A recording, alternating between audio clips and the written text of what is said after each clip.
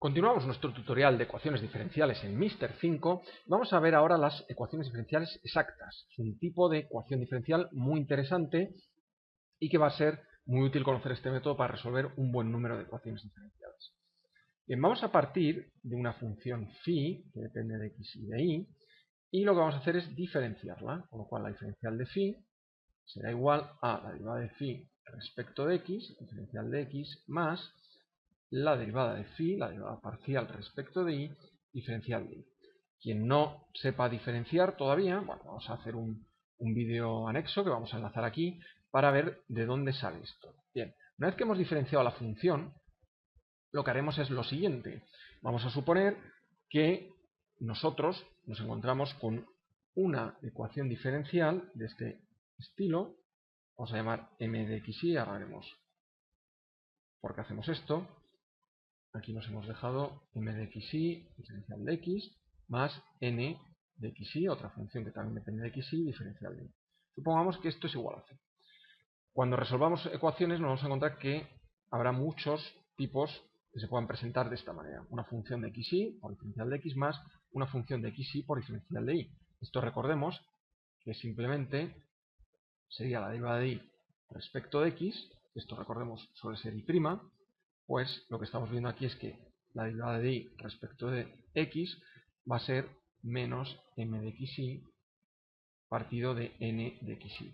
Bueno, pues cuando encontremos ecuaciones de esta manera, o también las veremos muchas veces como n de xy por y' más m de xy igual a 0, bien, pues esto nos va a advertir de que podemos estar ante una ecuación diferencial exacta.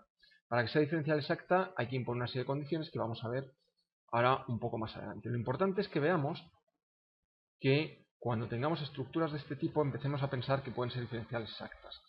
Bien, siguiente paso. Hemos visto, si establecemos una analogía entre esto y esto, lo que vimos aquí y esto que hemos planteado aquí, se ve que m, vamos a ponerlo con otro color, m de xy es la derivada de phi respecto de x. Y en ese caso también podemos ver que n de xy, esa función, sería la derivada de phi respecto de y.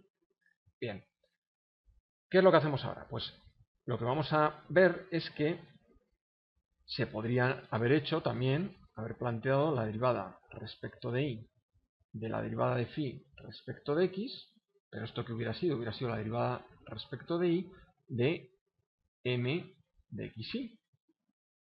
Bien, ¿y esto qué es? Esto también lo veremos a veces como la derivada segunda de phi respecto de xy. Bien, de la misma manera podríamos haber hecho la derivada de x respecto de phi respecto primero de y y luego de x, y estas son las derivadas cruzadas. Esto hubiera sido la derivada respecto de x de igual manera n de xy, o también la derivada segunda de phi respecto de y respecto de x. Bien, ¿qué es lo que estamos buscando aquí?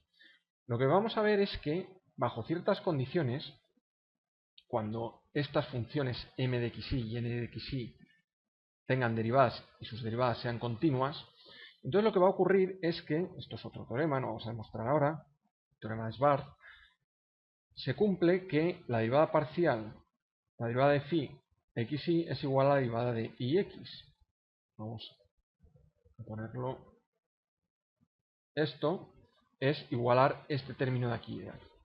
Entonces, cuando esto se cumpla, que se va a cumplir para las ecuaciones, las funciones más habituales, es decir, que m y n tengan derivadas y esas derivadas sean continuas, entonces las derivadas cruzadas son iguales, es decir, da igual derivar primero respecto a x y luego respecto a y que primero respecto a y y respecto a x.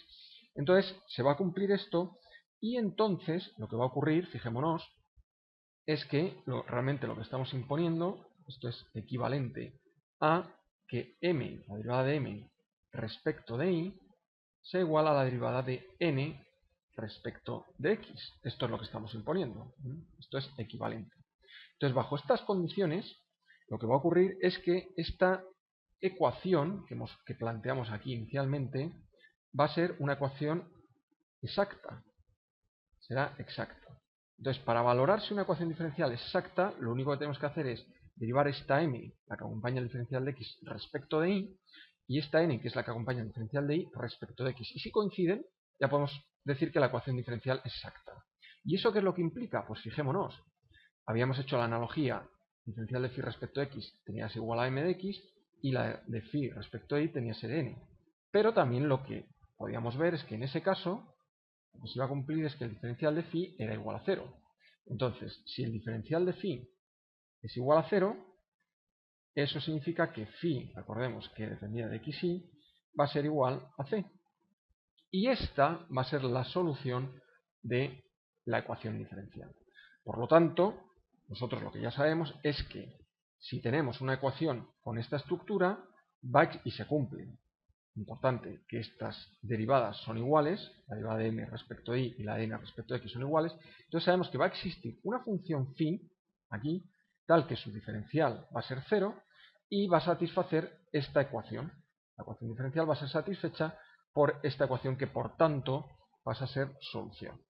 Bien, para encontrar la solución se va a establecer un tipo de algoritmo, que ahora veremos un ejercicio práctico mucho más sencillo de ver.